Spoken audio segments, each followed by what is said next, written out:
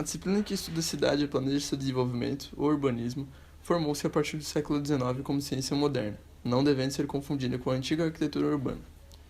A partir da Revolução Industrial, com a invenção da máquina a vapor e novas técnicas de trabalho, houve uma migração do homem do campo para a cidade, o chamado êxodo rural, fazendo com que as cidades passassem a crescer de forma exponencial e desordenada. Por esse motivo, houve a necessidade de criar lugares mais planejados e com a possibilidade de melhor acomodar as pessoas que estavam chegando. Esse foi o ponto de partida dos pensamentos de Haussmann, Cerdá, Howard e Garnier. Em meados do século XIX, durante o governo do imperador Napoleão III, Haussmann foi o responsável pela reforma urbana de Paris. No seu plano, as antigas ruas foram substituídas por amplas vias com traçado baseado em eixos. Foram construídos grandes parques, um novo sistema de água e esgoto, rede de gás subterrâneo para iluminação pública e privada, fontes e banheiros públicos. A característica marcante do plano de Haussmann são as avenidas radiais saindo do Arco do Triunfo. Ao mesmo tempo, Barcelona, devido ao crescimento econômico acelerado graças à atividade portuária e à indústria têxtil, sofria com superlotação, epidemias e insalubridade. O plano de Cerdá contava com um sistema de quadrículas com áreas verdes dentro das quadras e as esquinas dos prédios chanfrados nos cruzamentos, permitindo melhor visibilidade e criação de pequenas praças com comércio e lazer. Também distribuiu parques, indústrias, comércios e residências de forma equilibrada e projetou novas redes de infraestrutura. Em 1898, Howard publicou seu primeiro livro, Tomorrow, A Peaceful Path to Real Reform, onde pôde mostrar seu ideal de cidade perfeita. A cidade-jardim possuía formato radial e era dividida em 6 ruas com 36 metros de largura cada, dividindo a cidade em 6 partes.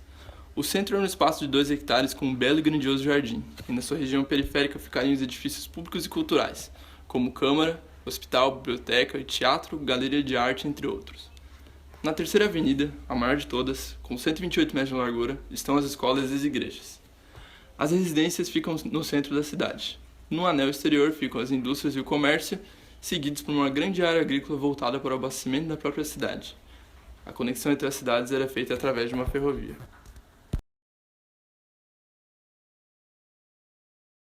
Um outro pensador desse período, Tony Garnier, acreditava que as grandes cidades do futuro deveriam se basear nas indústrias e se estruturar em torno delas. Seria uma cidade sem muros e propriedade privada, onde qualquer espaço não construído seria um espaço público. Possuía a separação das atividades urbanas, edifícios padronizados e escolas profissionalizantes, além dos estabelecimentos públicos se encontrarem no centro da cidade, que era traçada em linhas retas. Agora, arquitetonicamente falando, a industrialização da cidade gerou uma resposta de imediato à arquitetura, e assim foram criadas algumas vertentes bem importantes durante esse século. Uma dessas vertentes é a arquitetura neoclássica, que basicamente pregava sobre o historicismo e a nostalgia em relação às cidades pré-industriais. Do ponto de vista compositivo, essa arquitetura tornou-se mais rigorosa, dando maior atenção às formas antigas e à linguagem decorativa, que se tornou mais rica e expressiva. O registro do estilo, em parte herdado do século anterior, caracteriza por plantas cobertas, construídas por formas regulares pela busca da simetria na planta e na fachada, e dando preferência aos edifícios desdobrados horizontalmente.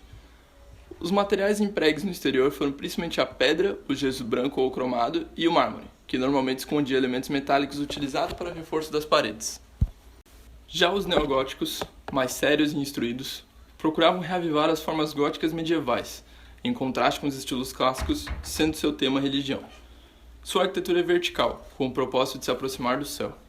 Um outro estilo desse período, o neobarroco, teve sua representatividade em museus, teatros e palácios, visto que contribuiu para a expansão das artes cenográficas. Um estilo que se destacou no período foi a arquitetura do ferro. As primeiras estruturas tinham uma potencialidade estética revolucionária e bastante atrativa, cheia de leveza e transparência. Utilizavam produtos pré-fabricados e materiais como o betão, o aço e principalmente o ferro e o vidro, possibilitando grandes janelas, cúpulas de vidro e, consequentemente, espaços interiores mais iluminados. Uma construção marcante desse estilo é o Palácio de Cristal em Londres, de Joseph Paxton. A escola de Chicago, que também começou a aparecer nesse período, se baseava na construção com ferro, que permitia alcançar alturas nunca antes vistas na história, além de serem produzidas em série.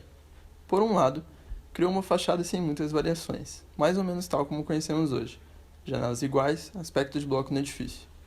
Por outro lado, possibilitou um levantamento de edificação mais rápido e prático, e uma nova divisão do peso da construção, aumentando o gabarito, sendo assim a base de construção dos arranha-céus. Sua ornamentação também era completamente rejeitada, o que viria a fundamentar a tese da Bauhaus de estilo internacional.